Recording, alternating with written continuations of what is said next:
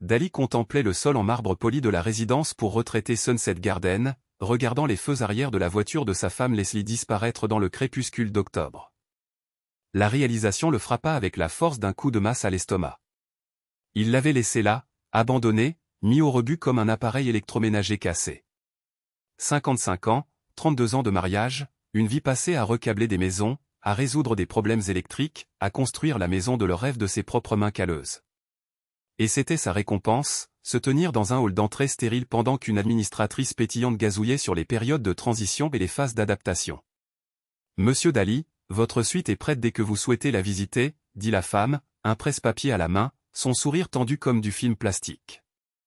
La mâchoire de Martin se serra. « Il y a une erreur. »« Ah bon ? » Votre femme a tout expliqué. Le séjour d'essai, la période d'évaluation. Que ma femme aille se faire voir. Les mots sortirent, plats et froids. Appelez-moi un taxi. Cette nuit-là, Martin était allongé sur un matelas raide dans la suite de la résidence, fixant le plafond carrelé pendant que la télévision ronronnait doucement dans la salle commune. L'air était imprégné d'une odeur de savon et de petits pois bouillis. Il ne pleura pas. Il ne bougea pas, se contentant de rester allongé là, écoutant le murmure lointain de quelqu'un qui ronflait au bout du couloir. Était-ce toujours comme ça, se demanda-t-il, ou est-ce que je n'ai tout simplement jamais remarqué à quel point j'avais cessé d'avoir de l'importance? À 4h12 du matin, il se leva sans un mot, enfila ses vêtements et sortit par l'entrée latérale dans la matinée grise et naissante. Il en avait assez de faire semblant. La course de taxi pour rentrer en ville lui coûta 63 $. Le chauffeur, un jeune homme bavard avec des tatouages sur le cou, n'arrêtait pas de jeter des coups d'œil dans le rétroviseur. « Ça va, mec ? On dirait que quelqu'un vient d'écraser ton chien. » Martin ne répondit pas. Son esprit était rempli de fragments de la journée. Le rire nerveux de Leslie dans la voiture, Jason qui tripotait son téléphone, la façon dont ils avaient tous deux évité le contact visuel lorsque le directeur de l'établissement avait commencé à parler des arrangements permanents. La maison était sombre lorsque le taxi arriva. Sa maison, la coloniale à 2 étages qu'il avait construite des fondations jusqu'au toit, chaque fil et chaque prise installée de ses propres mains. Le détecteur de mouvement ne s'activa pas lorsqu'il s'approcha de la porte d'entrée. Ampoule grillée. Il la réparerait probablement demain. Sa clé ne tournait pas. Martin essaya à nouveau, faisant bouger le métal dans la serrure. Rien. Il contourna la maison par l'arrière et essaya la porte de la cuisine. Même problème. Un œuf froid se forma dans son estomac lorsqu'il sortit son téléphone et composa le numéro de Leslie. Directement sur la messagerie vocale. C'est Martin. Qu'est-ce qui se passe avec les serrures? Rappelle-moi. Il essaya ensuite Jason. Même résultat. Debout dans son propre jardin, fixant la fenêtre de la cuisine où Leslie avait l'habitude de lui faire signe tous les matins quand il partait au travail, Martin sentit quelque chose se déplacer dans sa poitrine. Pas un chagrin d'amour. Cela viendrait plus tard. C'était quelque chose de plus dur. De plus tranchant. La réalisation. Le motel 6 sur la route 9 sentait le désinfectant et la défaite. Martin était assis sur le bord du lit affaissé, un ordinateur portable en équilibre sur ses genoux, les doigts flottant au-dessus du clavier. Il avait récupéré le mot de passe Wi-Fi sur le reçu froissé que le réceptionniste lui avait fourni. Départ à 11h. Son compte bancaire fut le premier choc. Le compte courant juin affichait un solde de 47,47 $. Il aurait dû y avoir facilement 12 000 $. Son compte de retraite? Disparu. Transféré à quelque chose appelé le Dali Family Trust. Un trust dont il n'avait jamais entendu parler. Les mains de Martin tremblaient alors qu'il cliquait sur écran après écran d'informations financières. Chaque actif majeur, chaque compte d'investissement, s'était lentement vidé. Au cours des 6 derniers mois, pendant qu'ils travaillaient 12 heures par jour, Leslie avait systématiquement vidé leurs économies de toute une vie. Il afficha ensuite les registres fonciers du comté. Son souffle se coupa dans sa gorge. La maison. Sa maison n'était plus à son nom. D'une manière ou d'une autre, par le biais de documents qu'il n'avait jamais vus, elle avait été transférée au mystérieux trust familial. Et selon l'annonce qu'il trouva sur un site web immobilier, elle était déjà sous contrat. Charmante coloniale. À voir absolument. Propriétaire motivé. Vente rapide. Les photos lui retournaient l'estomac. son atelier, sa chambre, sa cuisine. Tout était mis en scène pour la vente. Ses effets personnels étaient mystérieusement absents des photos. Le visage souriant de l'agent immobilier le fixait depuis la page web. Resseter. Votre professionnel de l'immobilier de confiance. Martin n'avait jamais entendu ce nom auparavant. Il passa l'heure suivante à creuser plus profondément, en recoupant les registres publics, les licences commerciales et les profils de médias sociaux. Resseter. 42 ans, divorcé, 3 enfants. Il vit aussi une licence immobilière qui ne tenait qu'à un fil. En raison de violations de l'éthique et de dettes impayées, son agence occupait un bureau dans un centre commercial entre un salon de manucure et un service de préparation de déclaration fiscale. À 2 heures du matin, Martin avait compilé une chronologie de base. Le trust avait été créé il y a 4 mois. La maison avait été discrètement mise en vente il y a 2 semaines. Et Resseter, d'après ses publications Facebook, célébrait de nouveaux partenariats avec Leslie depuis presque 3 mois. Partenariat. Bien sûr. Martin ferma l'ordinateur portable et fixa le plafond, écoutant les camions vrombir sur l'autoroute. 32 ans de mariage. 32 ans à réparer sa voiture quand elle tombait en panne, à lui tenir la main lors des funérailles de sa mère, à faire des heures supplémentaires pour payer les études de Jason. Voilà sa récompense. Mais l'histoire de Martin n'avait pas toujours été aussi amère. Autrefois, il avait connu le véritable amour. Autrefois, il avait bâti une vie qui comptait. Rachel était tout ce que Leslie n'était pas, authentique, gentille, farouchement loyale. Ils s'étaient rencontrés dans leur petite ville natale alors qu'ils étaient à peine adultes, avaient déménagé ensemble en ville et s'étaient mariés lors d'une cérémonie dans un jardin avec des décorations faites à la main et des rêves plus grands que leur compte en banque. Lorsque Rachel est tombée enceinte à 22 ans, Martin a pensé que sa vie était complète. Il avait déjà commencé à planifier des voyages de camping avec son fils, à lui apprendre à pêcher, à lui montrer comment câbler un interrupteur. L'avenir s'étendait devant lui comme une route dorée. Puis, l'étagère s'est effondrée sur le lieu de travail de Rachel.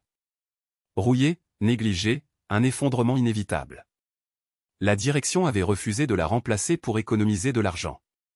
Quand elle a finalement cédé, l'impact a été instantané. Rachel et leur fils à naître n'ont eu aucune chance. 2 autres employés ont été grièvement blessés, l'un paralysé, l'autre a perdu une jambe. Martin a passé les 4 années suivantes dans une guerre juridique contre les dirigeants de l'entreprise qui avaient privilégié les profits à la sécurité. La couverture médiatique a été importante. Des politiciens se sont impliqués, et finalement les responsables ont écopé d'amendes considérables et de peines de prison. Mais c'était une victoire amère. Aucune forme de justice ne pouvait ramener Rachel. C'est alors que la promotion est arrivée. Un travail dans les télécommunications nécessitant des déplacements dans tout l'État. Martin a accepté à une condition, il voulait aussi un bureau dans sa ville natale. Il a acheté la maison de style colonial comme un refuge, un endroit pour échapper aux souvenirs qui hantaient son appartement en ville, ce qui l'a amené à la soirée de Harry 4 ans plus tard, et à la femme qui allait parachever sa transformation en quelque chose de froid et de calculateur. Catherine semblait être l'écho de Rachel, spirituelle, sûre d'elle, magnétique. Martin ne cherchait pas une relation amoureuse, mais elle était là. Ils sont sortis ensemble pendant 2 ans, et elle a emménagé dans sa maison natale. Ses parents l'appréciaient. Même les parents de Rachel ont exprimé leur soulagement de le voir sourire à nouveau. Mais ensuite, les signaux d'alarme ont commencé. Des vêtements d'homme dans la garde-robe qui n'étaient pas les siens. Son cousin était resté dormir, avait-elle dit. Des voisins ont signalé une voiture dans la ruelle derrière chez lui quand Martin était en déplacement. La voiture correspondait à la description de Harry. Confrontée, Catherine a admis que Harry s'arrêtait parfois pour parler de travail, mais a insisté sur le fait que rien d'autre ne se passait. Martin voulait la croire. Il s'est convaincu que c'était de la paranoïa, le traumatisme de la mort de Rachel qui le rendait méfiant. Mais les doutes se sont envenimés, devenant plus forts avec chaque détail inexpliqué. La révélation est survenue après un voyage d'affaires écourté. Au lieu d'appeler à l'avance, Martin a décidé de surprendre Catherine. Il s'est garé dans la ruelle derrière sa maison, s'est faufilé à travers la haie et a jeté un coup d'œil par la fenêtre de la cuisine. Catherine et Harry étaient sur le comptoir de sa cuisine, les membres entrelacés, en train de s'y donner comme des bêtes en chaleur. Son propre ami, son collègue violant son foyer, sa relation, sa vie. Martin est resté là, tremblant, regardant la trahison se dérouler. Cette nuit a tout changé. La transformation ne s'est pas faite du jour au lendemain. Elle a commencé par un appel téléphonique à Tommy Chen, un type pour qui Martin avait câblé un home cinéma l'année précédente. Tommy dirigeait une petite entreprise de sécurité informatique depuis son sous-sol, le genre d'entreprise qui existait dans les zones grises entre légal et pas tout à fait légal. Martin, putain de merde. Comment vas-tu, mec? J'ai besoin d'aide pour récupérer des données, Tommy. Quelqu'un a trifouillé mes comptes. Ils se sont rencontrés dans un restaurant routier près de l'Interstate 95, se glissant dans un box d'angle tandis que des camionneurs se penchaient sur leur café et leur part de tarte. Tommy était mince, nerveux, vérifiant constamment son téléphone. Il portait des lunettes à monture métallique et un sweat à capuche avec l'inscription Defcon 23 imprimée sur le devant. Alors, de quoi on parle ici? Demanda Tommy directement, ajoutant du sucre à son café. Vol d'identité? Logiciel malveillant? Pire. Ma femme. Martin fit glisser une clé USB sur la table. J'ai besoin de savoir ce qu'elle a supprimé, ce qu'elle a déplacé, à qui elle a parlé. Les sourcils de Tommy se sont arqués. Mec, je ne peux pas juste. 5 000 $. La voix de Martin était ferme. Du liquide, aujourd'hui. Pour 5 000 $, je peux récupérer des fichiers supprimés remontant à 2 ans. La récupération des données a pris 3 jours. Tommy a opéré sa magie sur l'ordinateur portable de Catherine, les fichiers informatiques de Harry, même leurs appareils partagés. Ce qu'il a trouvé a fait bouillir les entrailles de Martin d'une rage silencieuse. Des chaînes de courriels entre Catherine et Harry remontant à 5 mois. Des photos de rendez-vous secrets dont Martin n'avait jamais eu connaissance. Des messages où il se moquait de lui, le qualifiait d'être contrôlant, riait de leur tromperie. J'ai tellement hâte que cette mascarade soit finie. M commence à se douter de quelque chose concernant les réunions tardives. Dis-lui que tu fais encore des heures supplémentaires. Il est trop stupide pour vérifier. C'est tellement mal. Mais tu as raison. C'est excitant. Il se transforme en un véritable maniaque du contrôle, alors je ne me sens même pas coupable. Martin imprima tout, créa des copies de sauvegarde et prépara un dossier destiné à les anéantir tous les deux. Cependant, il n'était pas encore prêt à impliquer les autorités, tant qu'il lui restait des alternatives plus imaginatives. Il commença par préparer la chute de Harry. Martin était conscient de la consommation occasionnelle de stimulants par Harry, un détail apparemment ignoré par les autres. Il avait une fois aperçu un petit sachet lors d'un match de boxe chez Harry, que ce dernier avait nerveusement balayé d'une explication peu convaincante. Au cours des semaines suivantes, Martin acquit discrètement une quantité suffisante de substances illicites auprès de contacts cultivés grâce à son travail dans les télécommunications dans les grandes villes. Il amassa un stock suffisamment important pour faire passer Harry pour un important trafiquant, plutôt que pour un simple consommateur occasionnel. Un week-end, Martin invita Harry à un barbecue. Catherine était censée rendre visite à des amis hors de la ville, bien que Martin soupçonnât qu'elle était ailleurs avec Harry. Il maintint un flux constant d'alcool jusqu'à ce que Harry soit trop ivre pour conduire. « Tu es sûr que je ne peux pas rentrer chez moi ?» balbutia Harry. « Tu n'es pas en état, mon pote » répondit Martin. « Dors sur place dans la chambre d'amis. » Tard dans la nuit, Martin se faufila à l'extérieur vers la voiture de Harry. Il l'ouvrit et y cacha les substances illégales dans le compartiment de la roue de secours. Il y plaça également des effets personnels, notamment une montre gravée qu'il signalerait plus tard comme volée. Par mesure de sécurité supplémentaire, il glissa une autre partie de la cachette dans le placard d'entrée de Harry. Le lendemain matin, Martin joua l'hôte parfait. « Tu étais complètement bourré, mec. Heureux que tu sois resté. » Harry repartit, complètement inconscient des machinations de Martin. 2 semaines plus tard, Martin organisa un cambriolage à son propre domicile. Avant de partir pour un autre voyage d'affaires, il brisa la fenêtre de la porte arrière, saccagea son bureau et retira les objets qu'il avait placés en possession de Harry. Cela lui fournirait des motifs pour les signaler comme volés. Lorsque sa mère découvrit le cambriolage, Martin simula le choc et l'indignation. La police releva les empreintes digitales, rédigea des rapports et documenta les objets manquants. Martin engagea même une entreprise de sécurité pour installer des caméras, ostensiblement pour se protéger, mais en réalité, pour surveiller les activités de Catherine. Le piège final fut tendu lorsque l'entreprise de Martin lui offrit une promotion qui nécessitait un déménagement en ville. Le timing ne pouvait pas être plus opportun. Il accepta sans hésitation. Martin informa Harry qu'il préparait une surprise pour Catherine, une semaine de retraite tropicale dans un spa. Pendant qu'il s'occupait du déménagement, Harry rayonna, croyant que Martin avait l'intention de faire sa demande en mariage. Et c'est génial. Alors, tu vas faire ta demande, demanda Harry avec enthousiasme. Quelque chose comme ça, répondit Martin, savourant déjà l'ironie. Catherine était ravie du voyage au spa. Mais pourquoi, demanda-t-elle. C'est si soudain. Martin haussa les épaules. Tu le mérites. J'ai trop travaillé. Je veux que tu sois détendu avant notre prochaine étape ensemble. Elle se jeta dans ses bras et Martin se força à ne pas reculer. Pendant que Catherine était absente, Martin exécuta ses manœuvres finales. Tout d'abord, il contacta la police locale depuis un téléphone jetable. Bonjour, monsieur l'agent. J'habite près de Maple Avenue. Nous avons constaté une activité suspecte dans la ruelle derrière la vieille maison Greenwood. On dirait un homme qui distribue des substances depuis sa voiture. Grand, cheveux bouclés, berline argentée, plaque d'immatriculation.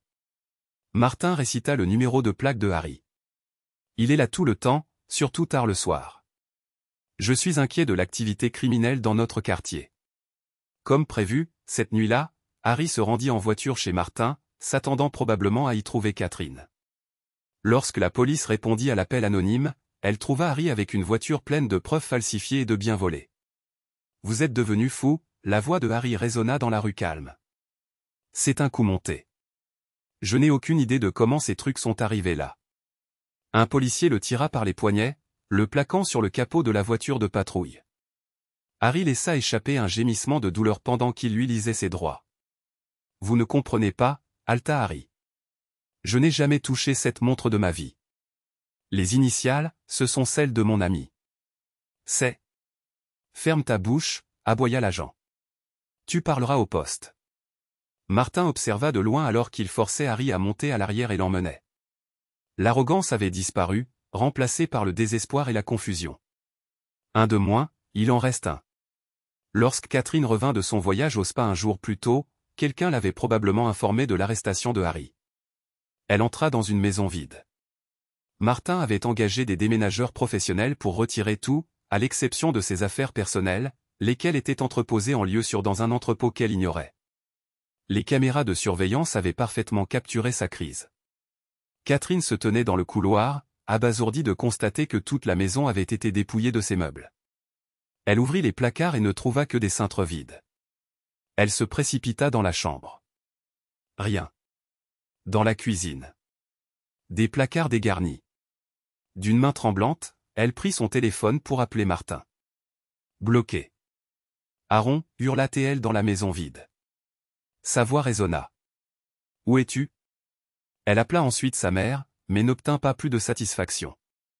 Martin avait chargé ses parents de ne lui remettre que le dossier Manille contenant la preuve de ses liaisons et les documents juridiques de son avocat. Lorsque Catherine rencontra Becky, la vieille amie de Rachel, pour récupérer le dossier, elle le déchira avec rage avant de s'effondrer en sanglots. Les preuves étaient irréfutables, horodatage des caméras de sécurité, relevés téléphoniques, photographies de Harry se faufilant dans la maison. Peu après, Catherine disparut de la ville. La dernière fois que Martin entendit parler d'elle, elle avait trouvé un emploi de barmaid dans un bar de bord de route, à 2 villes de là. Aucune accusation ne fut portée contre elle, mais sa réputation était ruinée, tout comme le moindre vestige de la femme qu'il avait autrefois aimée. Outre les preuves, il y avait une lettre officielle stipulant que Catherine ne devait avoir aucun contact avec Martin et que ses affaires étaient stockées à son nom dans un entrepôt local. Elle précisait également qu'elle n'avait aucun droit sur ses biens. Au cours des jours suivants, le téléphone de Martin fut inondé d'appels provenant de numéros inconnus. Les messages vocaux de Catherine oscillaient entre des excuses désespérées et des diatribes venimeuses. « Comment as-tu pu me faire ça, espèce de monstre manipulateur? J'aurais dû savoir que tu étais trop brisé par la mort de Rachel. Tu es pathétique. » Puis, s'adoucissant, « Aaron, s'il te plaît, parle-moi. J'étais seul. Tu étais toujours absent. Je n'ai jamais voulu te faire autant de mal. On peut arranger ça. S'il te plaît. » Martin les écoutait tous dans son nouvel appartement en ville, ne ressentant qu'une froide satisfaction. Les procès criminels durèrent 8 mois. Harry plaida coupable de possession illégale et fut condamné à 2 ans de prison, en plus de dommages et intérêts. L'employeur de Catherine la licencia pour avoir mélangé affaires personnelles et utilisation de l'ordinateur de l'entreprise. Son soi-disant statut de grande dame de la société dans leur ville natale fut anéanti. Les gens racontaient que Catherine avait orchestré la chute de Harry, ou qu'ils étaient des co-conspirateurs qui s'étaient retournés l'un contre l'autre. La vérité était plus insidieuse, le plan de Martin depuis le début. Pendant ce temps, de retour dans leur ville natale, Leslie était occupée à élaborer ses propres machinations. Pendant que Martin luttait contre sa deuxième trahison en ville, Leslie vidait systématiquement leurs comptes joints et falsifiait des documents pour voler sa maison. Le schéma était d'une familiarité écœurante, les mensonges, la manipulation, la mise au rebut désinvolte de quelqu'un qui avait tout donné. Mais cette fois, Martin était préparé. Maintenant, assis dans cette chambre de motel à 2 heures du matin, fixant les preuves de la trahison de Leslie, Martin sentit quelque chose se mettre en place. La rage froide qu'il avait si efficacement servi avec Catherine et Harry était toujours présente, attendant d'être utilisée. Il décrocha son téléphone et rappela Tommy. « Tommy, c'est Martin. J'ai encore besoin de tes services, mec. Qu'est-ce que tu as avec les problèmes de technologie? C'est un problème d'un autre genre, cette fois. Ma famille essaie de me voler ma maison. Jésus. Le même tarif qu'avant. Double. Et Tommy, cette fois, on ne se contente pas de récupérer des données. On entre en guerre. » Le lendemain matin, Martin lança sa campagne de vengeance la plus complète à ce jour. Leslie avait commis une erreur cruciale, elle avait sous-estimé l'homme qu'elle tentait de détruire. En une semaine, Martin avait documenté chaque transaction frauduleuse, chaque signature falsifiée, chaque transfert illégal. Il avait identifié les antécédents de violations éthiques et les problèmes de dette en suspens de Resseter. Plus important encore, il avait découvert la pleine complicité de Jason dans le complot. Le premier appel de Martin fut adressé à l'ordre des agents immobiliers de l'État. La licence de Resseter ne tenait déjà plus qu'à un fil, avec 3 plaintes antérieures pour avoir fait pression sur des vendeurs âgés. Une 4e plainte, étayée par des preuves de falsification de documents et de tactiques coercitives, déclencherait une enquête immédiate. Le 2e appel fut adressé à l'employeur de Leslie. Martin avait récupéré des emails qu'elle avait envoyés depuis son ordinateur professionnel, de la correspondance personnelle mélangée à des affaires de l'entreprise. La plupart des employeurs avaient des politiques strictes concernant ce type d'activité. Le 3e appel fut adressé à l'université de Jason. L'aide financière basée sur les besoins exigeait une déclaration précise des biens familiaux. S'il découvrait que la famille de Jason avait beaucoup plus d'argent que déclaré ou de l'argent caché dans des fiducies frauduleuses où ils pourraient vouloir récupérer leur bourse, avec intérêts et pénalités. Martin passait chaque appel depuis différents téléphones jetables, déguisant sa voix, ne fournissant que juste assez d'informations pour déclencher des enquêtes officielles. Mise en branle.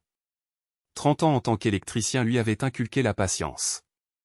Parfois, il fallait suivre un court-circuit à travers des kilomètres de câbles avant de localiser le véritable problème. Les dominos ont commencé à tomber en quelques jours. Leslie a appelé la première, sa voix tremblant de panique. « Martin, il faut que je te parle. Où est-ce que tu loges? Pourquoi? Il y a des avocats impliqués maintenant. Une histoire concernant la maison, des transferts illégaux. Je ne comprends pas. Qu'est-ce qui se passe? » Martin sourit au téléphone.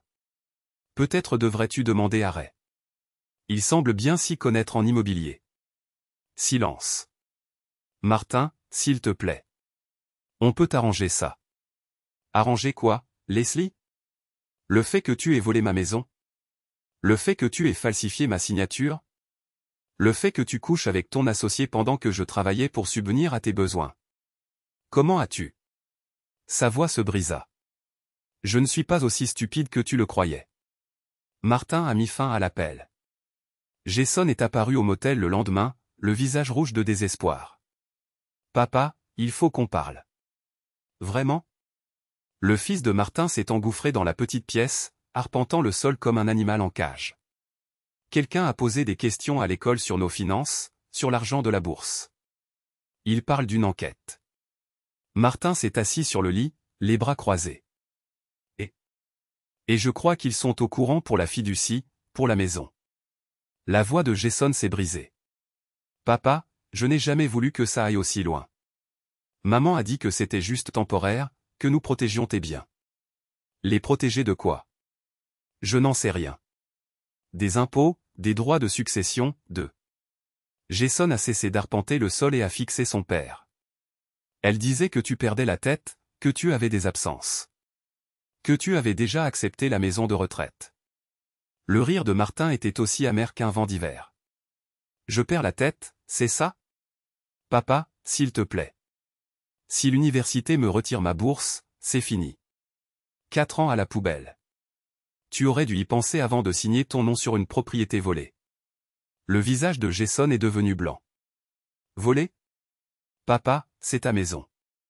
Nous sommes une famille. Nous étions juste? Juste quoi? Juste en train de me mettre à l'écart? Juste en train de m'effacer? Martin s'est levé et s'est approché de son fils. Tu veux être pragmatique, Jason? Voilà du pragmatisme. Tu as choisi ton camp. Assume. À la fin de la semaine, les 3 enquêtes battaient leur plein. La licence immobilière de Resseter a été suspendue en attendant une audience officielle. Leslie a été suspendue de son travail pour violation de la politique informatique.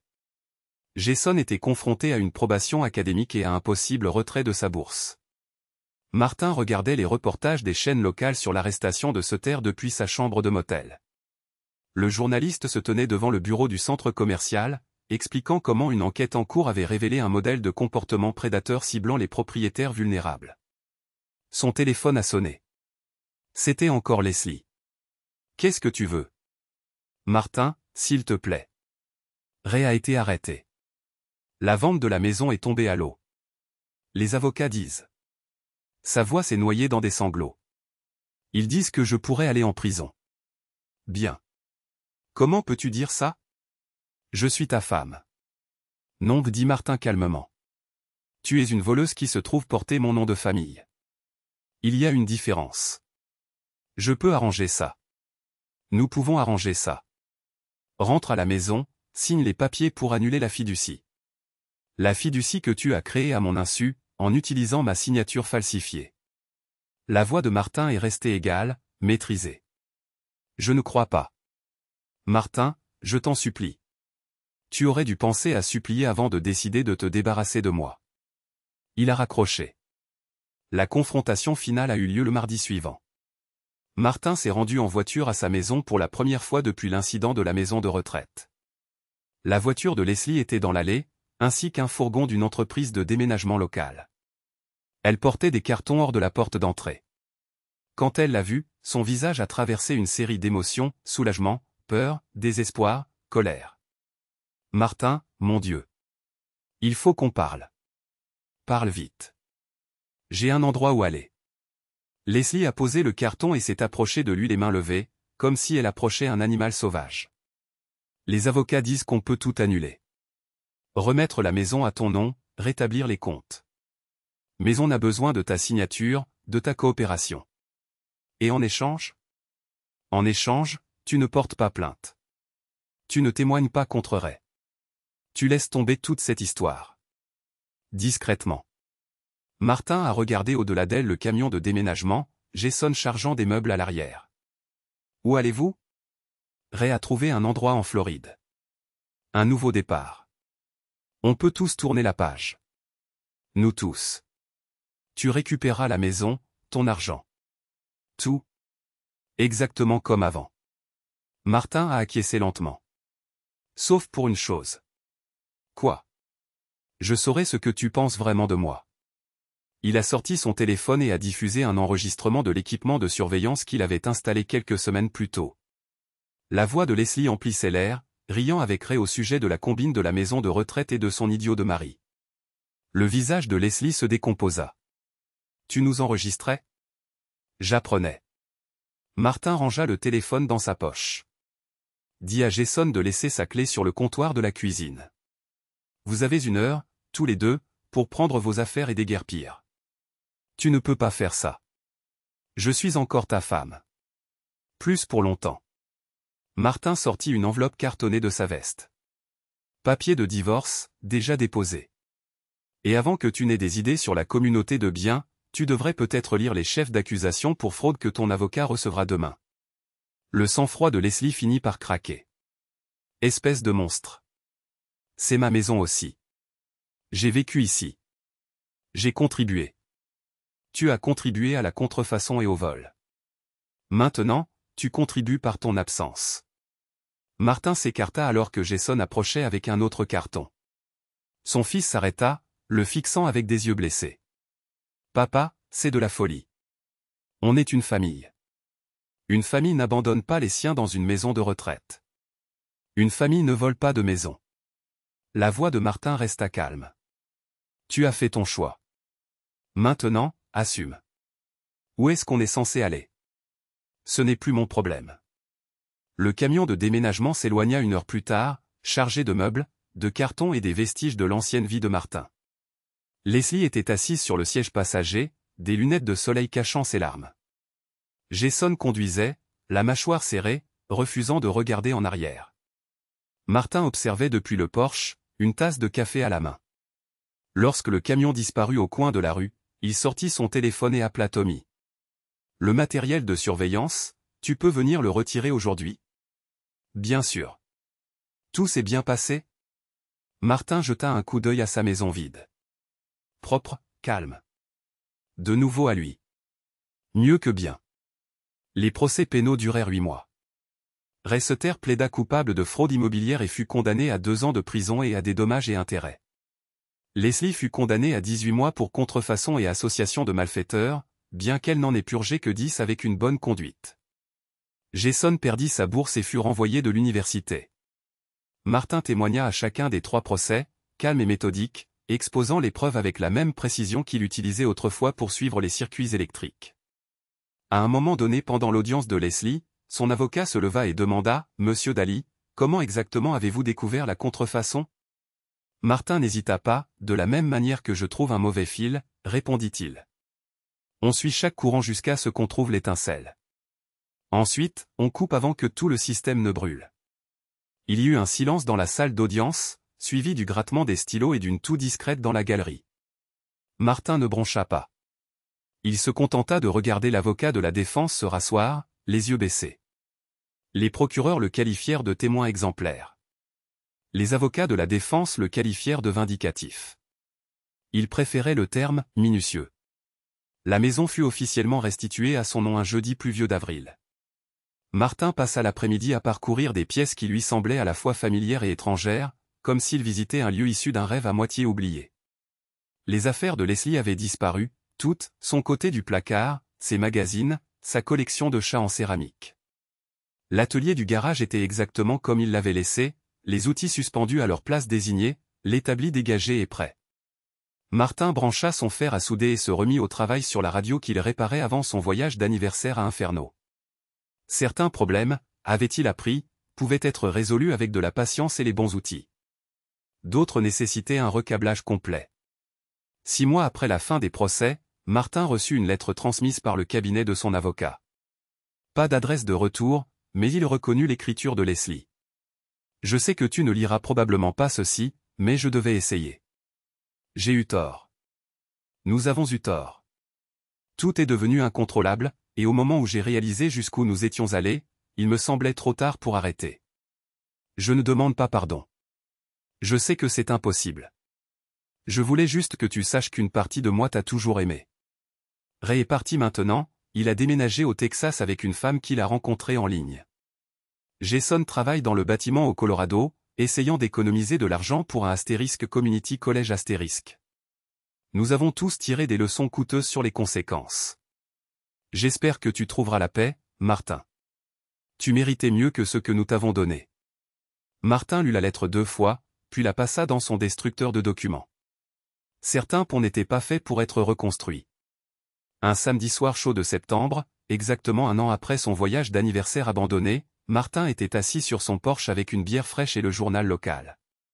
Il n'avait plus besoin de travailler, mais il aidait parfois ses voisins avec de petites réparations, recabler une prise défectueuse, réparer un éclairage de porche. Sans frais, juste pour occuper ses mains et avoir l'esprit clair. Son téléphone vibra avec un SMS de Tommy Beer plus tard. « J'ai un nouveau projet qui pourrait t'intéresser. » Martin sourit et répondit, remis à plus tard. Savourant le calme, il regarda son jardin, herbes fraîchement coupées et taillées, jardin sans mauvaises herbes. La maison derrière lui vibrait de l'efficacité des systèmes électriques qu'il avait lui-même entretenus et améliorés. Pas de surprise, pas de dessin caché, pas d'associé qui comploterait sa perte. Une voiture ralentit en passant, le conducteur tordant le cou pour observer la maison. Martin reconnut le profil. Probablement un agent immobilier faisant visiter le quartier à des clients, peut-être en leur montrant cette belle demeure coloniale avec son vendeur motivé. Mais il n'y avait plus de vendeurs motivés ici, plus de ventes rapides, plus de circonstances désespérées, plus de fonds fiduciaires familiales avec des signatures falsifiées. Juste un électricien qui avait appris à ses dépens que certains problèmes exigeaient plus que de simples réparations. Ils exigeaient une démolition complète. Et Martin Daly avait toujours été très habile de ses mains.